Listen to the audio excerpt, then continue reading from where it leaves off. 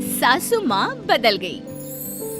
कहानी उस घर की है जहाँ बहू और बेटी को एक माना जाता था, लेकिन फिर अरे शिखा बेटा, तू रसोई में क्यों घुसी रहती है? जा, रोटी मैं बना लूंगी। नहीं नहीं माँ जी, आप बैठिए, बस सारा खाना बन ही गया है। श्वेता को बोल देती हूँ, वो खाना लगा देगी सबका। सॉरी भाभी, मेरे पास वक्त नहीं है। माँ, मुझे पैसे देना, पार्लर जाना है। हाँ हाँ चली जाना, भाभी को भी ले जाना। वो भी जाने को बोल रही थी पार्लर, पर पहले ना मदद कर दे उसके खाना लगाने में। देख माँ, वो बहू है, उसे बहू रहने देना।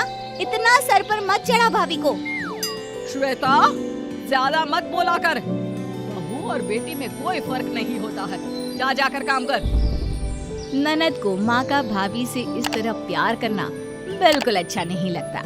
वो बार बार किसी न किसी तरह माँ को भाभी के खिलाफ भड़काती रहती, लेकिन कोई फायदा ना होता।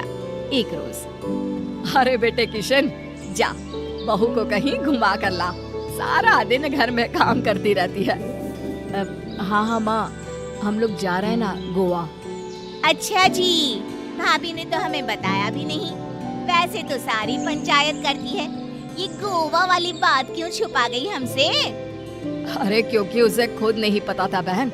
मुझे टिकट सस्ती मिल रही थी तो मैंने बुक कर दिया।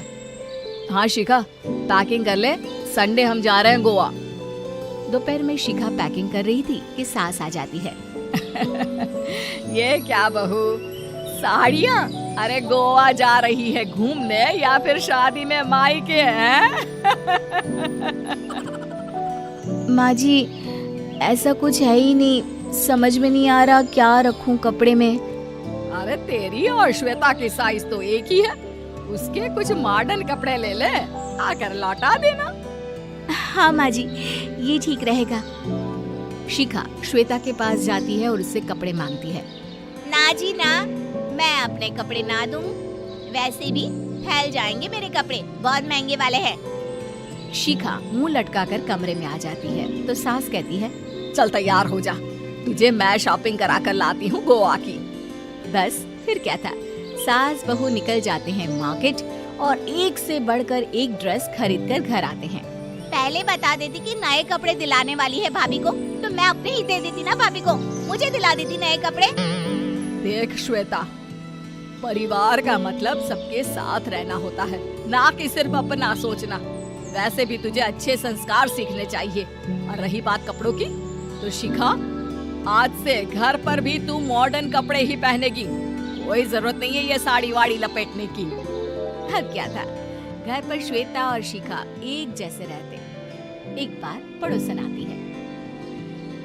अरे बेटा, अपनी माँ को तो बुलाना जरा, बात करनी है। शिखा सास को बताती है और रसोई में चली जाती है। ये आपकी बेटी बहुत बड़ी हो गई है, इसके लिए एक रिश्ता है, कहो तो बता दूं। ये बेटी नहीं बहू है, घर में सब एक जैसा ही रहता है। वैसे मेरी बेटी भी बड़ी हो गई है, कोई रिश्ता हो तो जरूर बताना। पड़ोसन रिश्ता लेकर उन लोगों के घर आती है। तब श्वेता की होने वाली सास कहती है, तो ये घर है, कितने मंजिल का है? और ये बहू ने आपकी क्या पहन रखा है, जीन्स टॉप? अरे भाई, साड़ी वाड़ी नहीं है क्या इसके पास? देखिए, सर्दी है तो साड़ी में बहू कैसे मैनेज करती, वैसे पहनती है साड़ी भी। देखिए, हम लोग ठहरे पैसे वाले लोग, कोई कमी नहीं है हम लोगों के पास पैसों की, बहुत पैसे हैं, जमीन, नौकर चाकर, कार, सब कुछ है, लेकिन घर में संस्कारी बहू चाहिए। समझ रही है ना आप? सास कुछ कहती कि श्वेता बोल पड़ती है, हाय रे, नौकर चाकर से लेकर जमीन, कार, पैसा, हाँ, मुझे रिश्ता मंजूर है मुझे। अरे रुक जा श्वेता, मैं बात कर रही हूँ ना। देखिए, हम लोगों के घर इतनी आजादी नहीं मिलेगी। अरे हाँ कर देना माँ, हाँ कर दे जल्दी से। सास क्या करती, बेटी की शादी ऐसे घर में कर देती है जहाँ ना उनके विचार मिलते हैं और ना ही आचार। शादी के बाद एक रोज फोन पर, श्वेता बेटा, एक बार घर आ जा, बहुत दिल करता है तुझे देखने का। माँ, वो घर पर बहुत काम होता है, कैसे आऊँ? बड़ा घर है, लेकिन आने जाने वालों की लाइन ही लगी रहती है। बेटा मैं तो जानती थी उस घर का हाल, लेकिन तू ही नहीं मान रही थी। माँ देख, हर घर का यही हाल है। तेरी बेटी को यहाँ घूंघट हटाने की परमिशन नहीं है और एक तरफ भाभी स्कर्ट पहनकर घूम रही है। बेटा मुझे क्या पता था कि मेरी बेटी को ससुराल के नाम पर पिंजरा मिल जाएगा। अच्छा माँ, फोन रखती हूँ, सास को गर्मा गर्म रोटी खिलानी है। तुम लोगों की तरह नहीं कि एक रोटी बनाओ, एक सब्जी बनाओ, फिर सारा दिन फ्री होकर घूमो। सास फोन तो रख देती है, लेकिन सोच में पड़ जाती है कि एक तरफ बेटी जिसे कोई आजादी नहीं, वहीं दूसरी तरफ बहू जिसे देखकर लगता ही नहीं कि उसकी शादी भी हुई है। अगले रोज। शिखा, अरे ओ शिखा। हाँ माँ, क्या हुआ? कुछ चाहिए आपको? मैं जिम जा रही थी। जिम के कपड़ों में बहू को देखकर सास को घूंघट में अपनी बेटी का ख्याल आता है। देख बहू, घर में बहू की तरह रहा कर। इतने टाइट कपड़े पहनकर जिम जाना पसंद नहीं मुझे। जा जाकर रोटी बना। रोटी? माँ अभी तो शाम के 6 बजे हैं, इस वक्त रोटी? अब क्या मेरे खाने पीने पर भी पहरा है? अरे जब मर्जी तब मैं अपने घर में खा भी नहीं सकती क्या? बहू को अजीब लगता है। वो समझ नहीं पाती कि जो सास कल तक इतनी सपोर्टिव थी, उन्हें अचानक से क्या हो गया। वो किचन में जाती है, गरम रोटी के साथ 2 तरह की सब्जी, रायता, सलाद सब लेकर सास के पास आती है। माँ जी, खाना। इतना सारा खाना? राक्षस समझा है क्या मुझे? रोटी मांगी थी मैंने गर्मा गर्म बस। पर माँ जी, रोटी खाती किससे आप? सब्जी तो बनानी थी ना।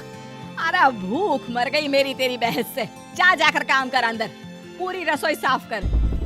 बहू अंदर चली जाती है। थोड़ी देर में श्वेता घर आती है। अरे शिखा जल्दी से चाय ला, पकवान बना, मेरी बेटी आई है। अरे नहीं नहीं माँ, ड्राइवर बाहर खड़ा है। मैं तो घर का कोई सामान खरीदने के बहाने यहाँ आ गई हूँ, मुझे जाना होगा। अरे बेटा, पर कितने दिनों बाद देख रही हूँ तुझे। रहने आ जाना 2-4 दिन के लिए। आ जाऊंगी माँ, जब मेरी सास मरेगी तब। मैं तो रोज मन्नत मानती हूँ कि मेरी सास मर जाए तो अच्छा है। अच्छा चल, जा रही हूँ माँ। हे भगवान, कैसे कैसे दिन देखने पड़ रहे हैं मेरी बेटी को। सास अंदर जाती है, जहाँ श्वेता की जिम वाली सहेली का फोन आया होता है।